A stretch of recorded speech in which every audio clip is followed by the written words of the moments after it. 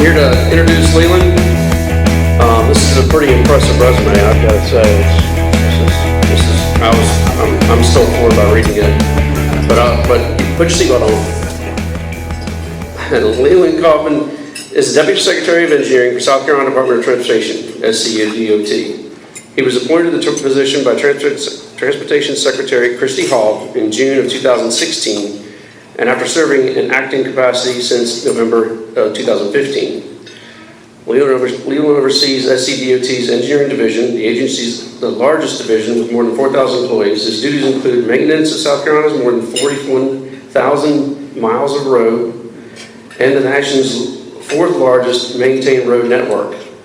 He also oversees the maintenance of 8,400 bridges and $1.3 billion annual cost and construction program. So here's the resume. Leland earned his bachelor's degree in civil engineering from the University of South Carolina and is a registered professional engineer. He has been with the SCDOT for over 25 years. He has served in various headquarters and field positions throughout the agency, including program manager for the Charleston area, statewide design build engineer, director of construction, chief engineer for operations, and chief engineer for project delivery. He played a role as a project director overseeing the demolition of Grace and Pierman bridges after the Ravenel Bridge in Charleston was constructed in 2007.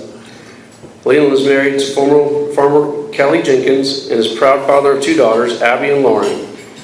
He and his family live in Irmo. He enjoys fishing, high school sports, and in his spare time, and although he attended University of South Carolina, he's a faithful Clemson fan.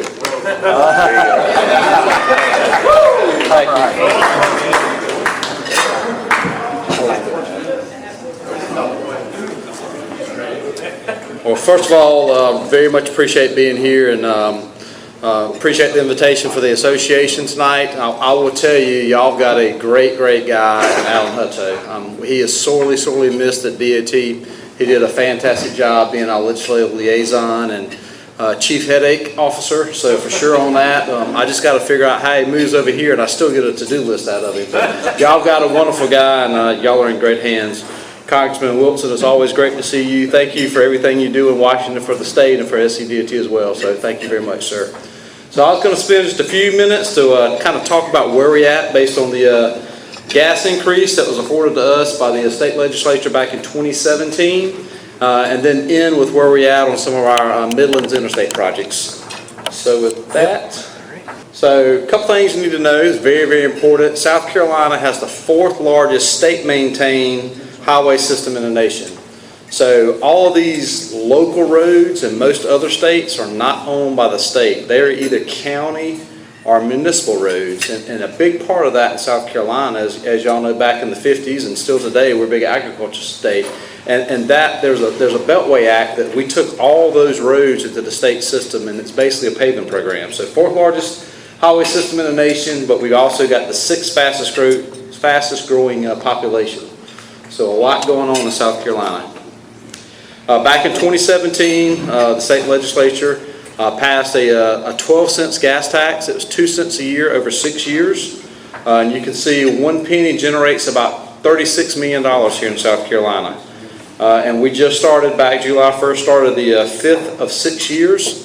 So you can see where we stand there. But you also look to our states, our neighbors north and south. We're still well below where they're at, even at full build out. When we're at 28.75 cents, we're still way behind both North Carolina and Georgia, and this is on the state side, not the federal side. This is just a state gas tax. So we're very appreciative of the gas tax. And I think the other thing that when we go back and look at the legislature, what we're appreciative of, there's some fines and fees and vehicle sales tax that was going to DMV that actually came over to Department of Transportation, and that diversified portfolio really allowed us to sustain through COVID. So 2020 was a crazy year, but here in South Carolina, we did not delay a single road contract, bridge contract, or start up any new projects. We did some internal cuts. Yes, thank you. North Carolina, Georgia, they halted their program. So we are very fortunate for the state legislature of being able to diversify our portfolio. Also, we're now not solely reluctant, very thankful for our federal funding, but as a state, we're not solely reluctant on the federal funds. So right now, about half of our half of our portfolio is basically half federal and half state. Of course, there's a federal bill out there made it through Senate, going to the Congress now, and more to come on that, but we look forward to what that may look like in the future for us. So bottom line up front, kind of where do we stand? So we had a 30-year backlog on our maintenance here in South Carolina, and I don't have to tell anybody here what that looks like with our bridges and our pavement conditions, but I will tell you we're well on our way to a state of good repair. And we feel like with the funding in place now, we're not going to get there overnight, but we think we're able to chip away at that backlog on both the pavement condition as well as the bridge conditions. But what we haven't solved in the state, we're the 6th fastest growing state in the nation, is how do we deal with congestion, so especially off interstate congestion. I know that somebody asked me that question earlier, and we have not solved that. I'll show you a slide a little bit later where that funding source has stayed stagnant here in South Carolina. So part of the success of being able to have the ability or afford the ability to get that gas tax increase is we went out there day one and said, these are our priorities. Here's a smorgasbord of what we can do, and here's the goals we're going to attain at the end of a 10-year plan. And we stay true to that 10-year plan, and we don't plan to deviate that anytime in the future. So 4 major programs, the safety, a lot of rural road safety programs that we're doing with this. We actually have the highest fatality rate in the nation on rural roads. When I say rural roads, I don't mean little small 2-lane neighborhood streets. I mean any roads that's not in the urbanized area. So when you start looking at that, we've actually have 30% of our fatalities occur on just 5% of our road network in the rural section. So that's rural interstates, that's the rural primaries, the US 78s and US 1, those type of roadways. So we've got a $50 million a year program we're working on there. Paving, I got a couple more slides on that. We're investing about $700 million a year in paving alone. And that's trying to, again, offset that 30 years of decay, 30 years of abandonment on our pavement conditions. And we've got some 10-year targets, and we're well on the way to meet those 10-year targets. Bridges, certainly bridges is very vital, link to the system, to commerce. We've got over 8,500 bridges. And we're looking to eliminate those load-posted bridges in the state. And then last but not least, and we'll talk more about this, is our interstate system. If you look back over time, at any given time, the DOT, we had about $1 billion on a contract at any given time. So you can see since 2014, there was a little bit of one-time seed money before the legislature took the big jump and passed the gas tax in 2017. So we've more than tripled our program in the last 6 or 7 years. And we expect that $3.4 billion to reach over $5 billion in the next 24 to 48 months. All right, so let me go ahead and dispel some of the rumors that are out there now. The DOT got all this money, they're growing their cash balance, and they're not putting it on the street. Well, I think this group out of anybody is going to understand that, hey, when we go sign a contract for $400 million, just like you home builders, we don't write the home builder, we don't write the contractor a $400 million check. We pay on progress payments as they go. So on the new gas tax trust fund, since the inception, we've had $1.69 billion deposited into the DOT coffers. There's some takedowns on that. The CTC donor bonus is $70 million, and then there's $62 million that's transferred to the Department of Revenue.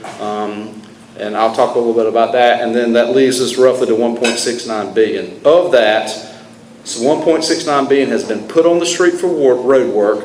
We paid out $809 million, and $890 is left to be paid. So when somebody goes out there and says, hey, DOT, you got a balance of $890 million, you're not spending the money, that's a little bit misleading. We've got the work is on the street, but we pay as we go. We haven't written a check for $1.7 billion. We put that much on the street, we received that in bids, and we're paying on that much on contracts, but we're pay as we go. So that's $62 million in transfer to Department of Revenue. Part of the compromise with the roads bill was, hey, we're increasing the amount of money that the average consumer is having to spend on gas. So there's a tax credit. How many people in this room have turned in their road fee maintenance tax credit? I think that is probably the whole population of South Carolina is very, very minor. I think we did the average, it'd be about $40. If everybody on an average driver, so not a whole lot. So that tax credit actually sunsets next year. It generates about $115 million a year. Now we'll talk a little bit about how we plan on spending that money. All right, so how have we invested in our main 4 priorities? You can see here, and I mentioned that earlier, the overwhelming majority, and this is just the new gas tax increase. This is all the 1.7 billion, 1.69, 1.3 roughly billion has gone to pavements in all 46 counties. We do not prioritize payments statewide, it's prioritized at the county level. 162 million in that rural road safety program that I mentioned, roughly 260 in interstates, and 18 million in additional bridges. So that's part of the story, and that's one thing we had to make sure that, hey, we had this full transparency of we getting this new money, how's the DOT spending it. So this is where we're spending it. We do a monthly statement on our website. It's out there, very transparent. But really, next slide please, this really tells the true story.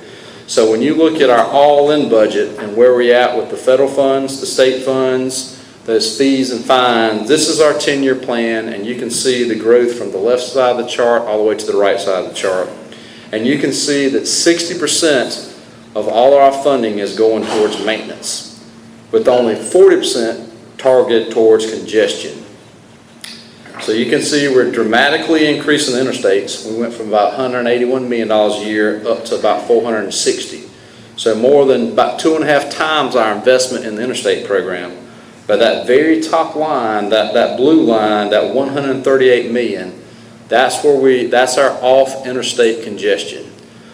So that's where we know we have not solved off interstate congestion. It's stayed the same in the last 11 years. Y'all know the price, what it does, the price is going up. So we're not keeping up on off interstate congestion.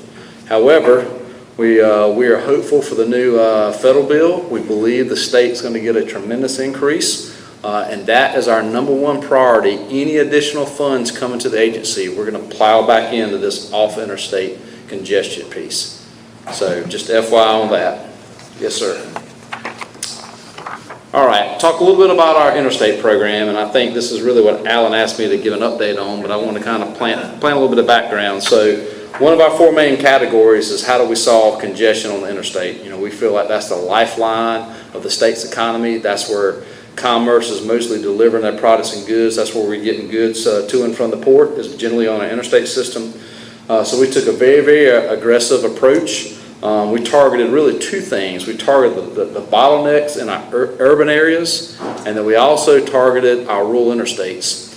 And you look at previous administrations at DOT, and no fault on them, we really looked at focusing on all these urban widenings.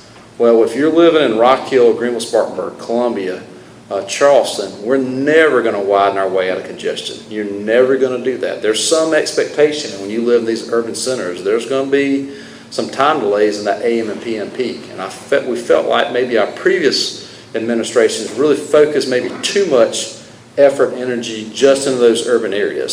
Certainly we got to look at them when we're going to target some of those, but we never really looked at, hey, how do we widen I-26 between Columbia and Charleston?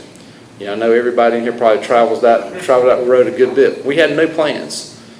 4 years ago, we had 0 plans on the shelf to widen I-26 between Charleston and Charleston and Columbia. So we've gone, and those, and I'll get back to that in a minute. So just keep that in mind. Next slide, please, sir.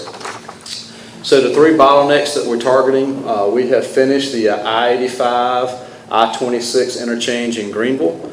That was one of our urban bottlenecks. That has been completed. And I'll talk more detail about Carolina Crossroads, commonly referred to as Malfunction Junction, probably more aptly named. So we'll talk a little bit about that. And then last and certainly not least is the 526-26 interchange in Charleston. So those are our target bottleneck areas. Finished with one, under construction on a piece of the second one, and then we're probably 4 or 5 years, out on the I-526-26 interchange in Charleston. Next slide. So this is our rural interstate program, and this is where we've targeted that $115 million a year that's coming back with that tax credit. So we were a little bit fearful that, hey, is there any appetite for that tax credit not to sunset. So we've gone ahead and we've laid claim to those dollars and saying this is where we're going to spend that money. And by doing that, who's going to argue that we don't need to widen 26 between Columbia and Charleston? So we've grabbed that, no discussion whatsoever at the legislature. So you can see here, you can see 85 in Spartanburg. It's not our best project up there, but we're widening about 30 miles up there. They're 60% through with that. We're going to widen under design right now. Is the next from 126 to 139, just south of Columbia. So that's in design right now and expect to go to contract in 2024. Coming out of Georgia, the first 8 miles on I-95. We're gonna go to exit 33, which is basically the Hilton Head exit. That's under design now, scheduled to go to construction in 2025, and then closing that gap coming out from Charleston. So we've got one project underway from Nexton Parkway to Jedburgh, and then we're going to go from Jedburgh Road up to Ridgeville. We're going to let that project actually next summer. All right. So talk a little bit about the interstate projects here and around the Midlands. So we've got 5 major projects, billions of dollars with a B on all 5 of these, and really we're using some of that state increase gas tax, but on most of these projects we're using those federal funds. That's where those federal funds are coming in. They're on the interstate system. There's some things we have to do with federal funds, and this is the right place that we need to do that, use those federal funds. So again, Congressman, thank you very much for that. All right, so Carolina Crossroads, kind of walk through this in a little bit.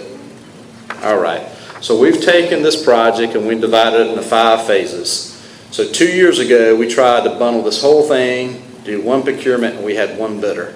About $1.8 billion for its totality, and we had one bidder. Now there's a couple other big projects going on in the southeast, I-4 in Florida, the tunnels, Hampton tunnels in Virginia. So as y'all know, workforce right now is very difficult. So we had a hard look in the mirror at ourselves and say, what are we missing? So we sat down with the contractors, and there's 2 things that we felt like we did not accomplish the first go around of this. The first one is the project was just too big. It really eliminated most of the folks, everybody in South Carolina, but there's probably only 6 or 8 companies that could bid on something and get the bonding associated with a project that big. The next one is we had shifted a ton of risk onto the contractor. We had shifted right-of-way acquisition. We had shifted all the utilities. We had shifted CSX railroad involvement. We had shifted the permitting. So we stepped back. We started taking some of that risk amongst ourselves. We're buying all the right-of-way. There's a couple of hold-offs we're putting on the contractor. We're trying to move as many of the utilities as possible. We've gotten the permit. We're doing the mitigation required. And then we've broken this into 5 segments or 5 phases. Next slide, please. So we have moved forward with phase 1. I think the other thing when you start looking at phasing, there's some traffic control that helps us out. So phase 1 was awarded in March of this year for about $207 million. Basically, this is, we're going to close the Bush River Road interchange, and we're going to shift that interchange over to Colonial Life. So phase 1, you can see here in red, it's about a 3-year project. Expect to be finished in fall of 2024. Just started this design build approach. You'll start seeing some pretty big work after the first of the year on this project here. Local firm, ICE Engineering out of Columbia, United, and then Archer Western, which is a North Carolina firm. But that's the 3 joint venture there. So very, very happy with this one. Everything's moving very, very early on, but things are moving well on that project. How does this work? I don't understand these lines. So what you see there in red is the scope of this project. That's the terminal of the project. So what we're doing, we're going to build a full interchange at Colonial Life. As you know now, you just have a half interchange. So it's going to be a full interchange. You'll be able to get on and get off. We're going to close the access to Bush River. So one of the big issues with Malfunction Junction, the 26 to 20 interchange is just too close to Bush River. So y'all know as you're coming from, if you're coming from Aiken and you're trying to go downtown, you've got to weave or merge over 5 lanes of traffic to get to that. In the meantime, if you're coming down 26 towards Charleston, you got to weave over 2 lanes to get off on Bush River Road. So that weaving movement is both a safety issue as well as a congestion issue. So we're going to take that weave movement out, close the access to Bush River off 26, and relocate that over to Colonial Life Boulevard. Yep. All right. The next one is Phase 2. We just awarded that actually last week. This is going to be the Broad River Road interchange. It's going to go from Broad River all the way to 26. Y'all know the ramp that backs up coming from, say, Camden or the northeast, trying to get on 26 going towards Harbison. Y'all know that backs up several hours every day. So we're going to do a collector distributor on that. That's going to be part of this project. And we're going to tie that back before you get to Broad River Road. So you start that much earlier and have a flyover over Broad River Road. And then we're going to clean up the mess at the Broad River Road interchange. So that is that's just started, just signed the contract just last week. We expect to have that completed in the winter of 24-25. Let's see, what's my next slide? So before we go to the next one, so the system to system, this is 110 million. Excuse me, this is 105 million. The Phase 1 was 210 million. The system to system, which is Phase 3, that's about 850 million, 860 million. We expect to start procurement on that sometime in the late spring or early summer of next year. Explain what system to system. System to system is, yeah, sorry, system, he's still doing it to me. So system to system is basically the interchange to interchange. So you got I-26 interstate to the I-20 interstate, and that's what we call a interstate to interstate connection, and that's the system to system interchange we're talking about, if that makes sense. So that, the big one, what we're trying to clean up there, where you've got loop ramps and you got the diagonal ramps there, we're going to have all flyovers. So it's going to have, you're going to have a directional and your own flyover getting to every movement. If you're coming from Camden and you're wanting to go towards Charleston, you're going to have a flyover ramp to get there. You don't have to go in and loop back around to get on 26. So all of those movements, you'll have your own individual flyover ramp to get there. It's called directional ramps. Did I de-engineer that enough, Mr. Hood? Sort of, not really. So anyway, that's scheduled to start procurement. It takes about a year on design build. So we'll be looking to start construction in sometime the summer of 2023. So again, starting that one up and finishing up Phase 1 and 2. So some of the traffic control that was going to be a nightmare as we're staging that traffic on the system to system, the 26 to 20 interchange, that will be taken care of, and that congestion will be completed by the time we start the Phase 3. All right, next one is I-20. This one is about to wrap up, so I probably don't need to spend a lot of time on this one. You can see y'all been driving through this for about 4 years now, but we expect to wrap this up by the end of the year. I will tell you there is a major traffic shift that's going to happen this weekend. We will get out of the chutes. Won't be in the final lane configuration, but we'll be very, very close. Again, $124 million a year. Next slide, just a picture of that one. Again, this one's at the very, very tail end and getting ready to wrap this one up. All right, the next one we have is I-26 coming into town from Newberry. This is actually the second largest project the DOT's ever undertaken, just behind the Ravenel Bridge. So it talks about how much we're putting out on the street. So this is I-26, Little Mountain exit to Broad River Road. Next slide. 16 miles of widening. Out there from basically the peak exit, which is exit 97, out to 85, which is Little Mountain. We're going to go to 6 lanes. And then between the peak exit and Broad River Road, just past Lake Murray Boulevard, we're going to go to 8 lanes there. We got 10 bridge replacements, 3 interchanges. Not system to system, Alan. That's the peak interchange. That's going to be the Chapin interchange, and then the Little Mountain interchange will be part of that. So you can see that there. That one was started, design build in summer of 2019, and we expect to have that complete in the summer of 2024. This is actually one of our better projects going on right now. This is the same team on this project that they have won Phase 1 and Phase 2 of Carolina Crossroads. They're really doing a fantastic job for us. All right, next slide. This kind of shows you. This is kind of shows you where we're at. Some of the interchanges. And you can see a lot's happening up there now. Now I think there's 7 bridges in this area as well that are just replacing those overpasses. All right, next slide. We got interchange at exit 119. I know everybody here knows what that looks like, and don't have to spend a whole lot of time talking about the need to upgrade this interchange. Next slide. So we're going to completely redo the interchange, take out all those weave movements and all that funky movements that we have right there in the geometry, move out some roadways, and we're in right-of-way right now and scheduled to go to construction late summer of next year. And this is what that interchange is going to look like.